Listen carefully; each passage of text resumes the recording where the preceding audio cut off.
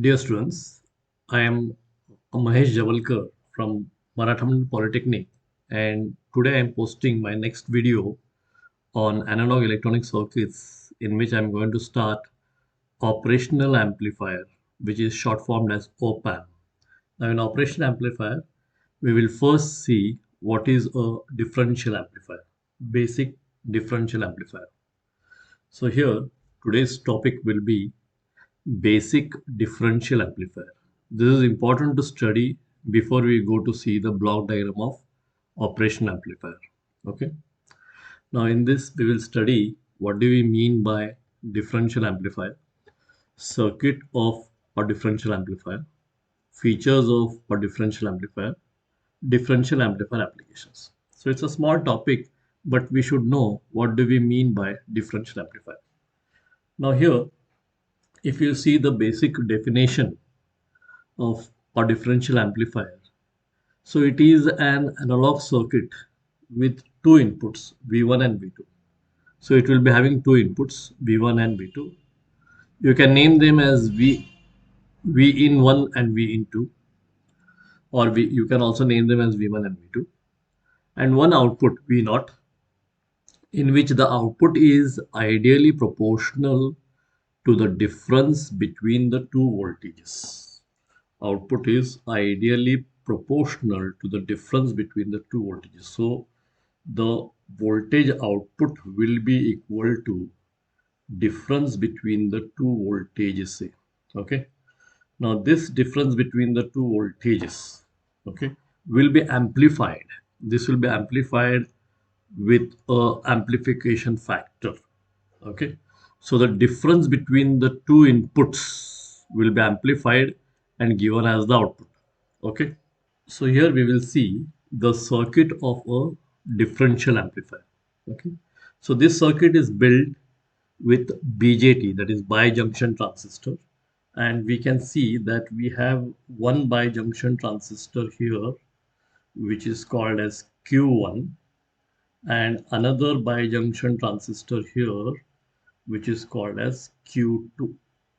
Okay, Q2, and these both are NPN transistor. So this is N, this is P, this is N. Even here, this is N, this is P, this is N. Okay. Now here, if you see the emitters of both the transistors are connected to a common RE resistor. Okay, and then it is given minus voltage here, which is called as minus VE. A negative voltage is given here. Okay, so that negative voltage with the N type of emitter, it is correct for the biasing of transistor for as an amplifier. Okay, similarly, if you see a collector here and collector here, okay, they are going through the respective collector resistances R1 and R2, and they are being connected to a common point here with a positive voltage VCC. So positive voltage giving to the collector point will reverse bias its junction. So that is also correct as far as the active region working of transistor is concerned as an amplifier. Okay, then you can see two inputs. One input you are going to give to the transistor Q1, which will be called as V1. This will be called as V1. And another input you can give to transistor Q2, which will be called as V2. Okay. Now, when you give two inputs, it will be called as dual input. It will be called as dual input. If you give one input and if you ground the other input, any one input you give and you ground the other input, then it will be called as single input. But if you give both the inputs, it will be called as dual input. Okay. And if the output is taken across both the collectors here, this output and this output, if you're going to take in this fashion, if this is your output, then this will be called as balanced output. This will be called as balanced output. And with this arrangement, this balanced output will be the difference between the two inputs. This balanced output will be the difference between the two inputs. If you take only one output and the other output if you give to ground, then it will be called as unbalanced output. Okay. So here the balanced output is one which will give you the difference between the two input voltages. So here whatever output you get, in this case V out here, V out. Now this V out will be equal to difference of the voltages V1 minus V2 with a amplification factor, that is the gain. Okay.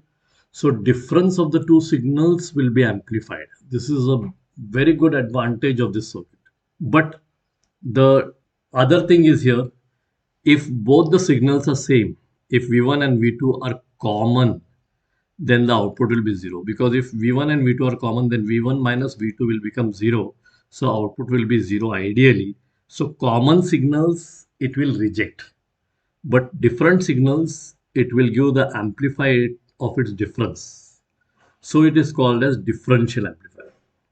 If both the signals are same, common, then it will give output as 0. So that means common signals are rejected.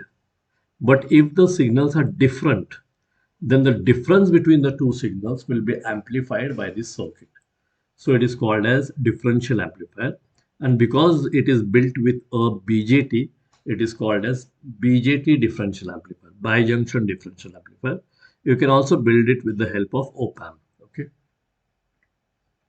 Now here, if you see the explanation for the same figure, BJT differential amplifier figure shows such a BJT differential amplifier circuit made of two BJTs, Q1 and Q2, and two power supplies of opposite polarities, VCC and minus VE, which uses three resistors, among which two are the collector resistors, RC1 and RC2, one for each transistor, while one is the emitter resistor RE, common to both transistors. This is what we have seen in the configuration of the circuit.